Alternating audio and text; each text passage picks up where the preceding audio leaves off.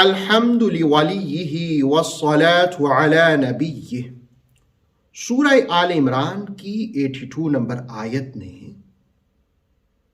اس بات کا ذکر کیا کہ کچھ لوگوں نے انسانوں میں سے روگردانی کی۔ روگردانی کرنے والے، منہ موڑنے والے کون ہیں اور ان کا حکم کیا ہے؟ کس بارے میں انہوں نے روگردانی کی؟ ان باتوں کو جانیں گے، لیکن پہلے آیت کا ترجمہ ملاحظہ کیجئے۔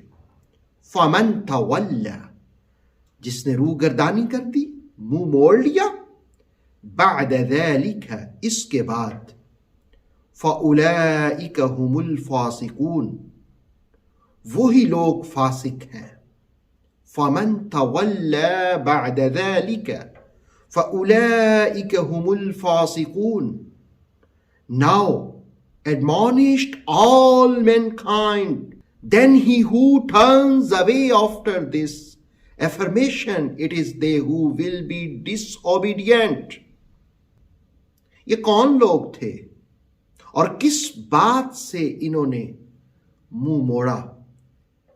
دراصل سورہ آل عمران کی 81 نمبر آیت میں ایک میثاق کا ذکر ہوا جو اللہ رب العالمین نے رسول کریم صلی اللہ علیہ وسلم کے بارے میں انبیاء علیہ السلام سے لیا، اور پھر انبیاء علیہ السلام کی گواہی کا تقاضا یہ ہوا کہ وہ اپنی قوموں سے بھی وہ عہد لیں۔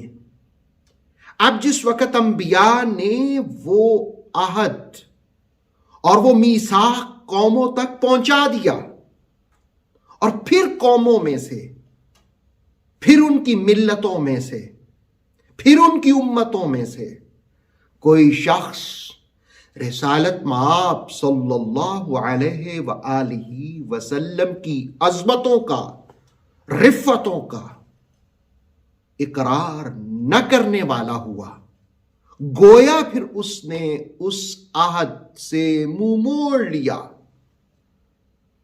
اس نے روگردانی کر لی، تو قرآن نے کہا فَمَن تَوَلَّى بَعْدَ ذَلِكَ، جس نے پختہ عہد کرنے کے بعد پھر روگردانی کر لی، پھر منہ موڑ لیا، فَأُولَئِكَ هُمُ الْفَاسِقُونَ، وہی تو فاسق ہیں۔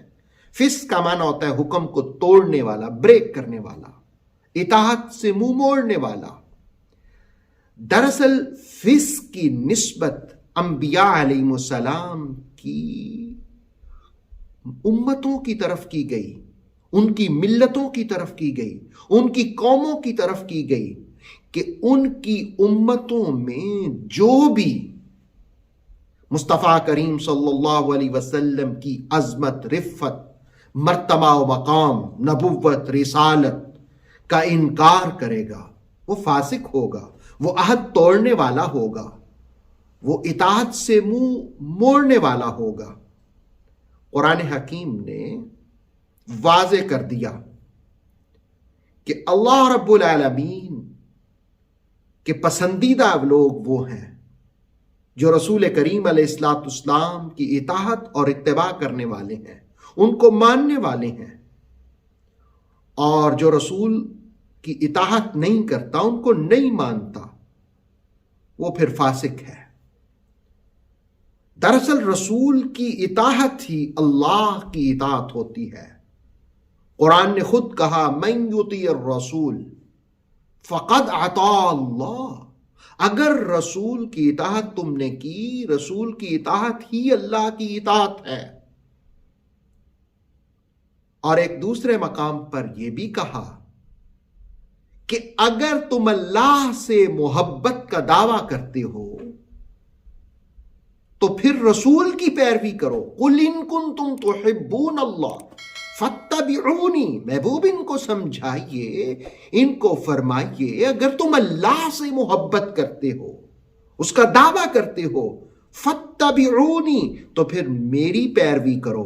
گویا اس عہد کا تقاضا یہ تھا، اس میثاق کا تقاضا یہ تھا کہ قومیں، امتیں، ملتیں، لوگ، نسل انسانی، یہ ساری مصطفیٰ کریم علیہ السلام کی اطاعت کریں۔ تو جب حضور کی اطاعت اور اتباع کریں گے گویا یہ اللہ کی اطاعت کریں گے۔ اللہ رب العالمین ہمیں اطاعت اور فرما بردار لوگوں میں شامل فرمائے۔ اوتھینٹک اسلامک نالج کے لیے نور وحی یوٹیوب چینل کو سبسکرائب کیجئے، بیل آئیکن کو بھی لازمی پریس کریں۔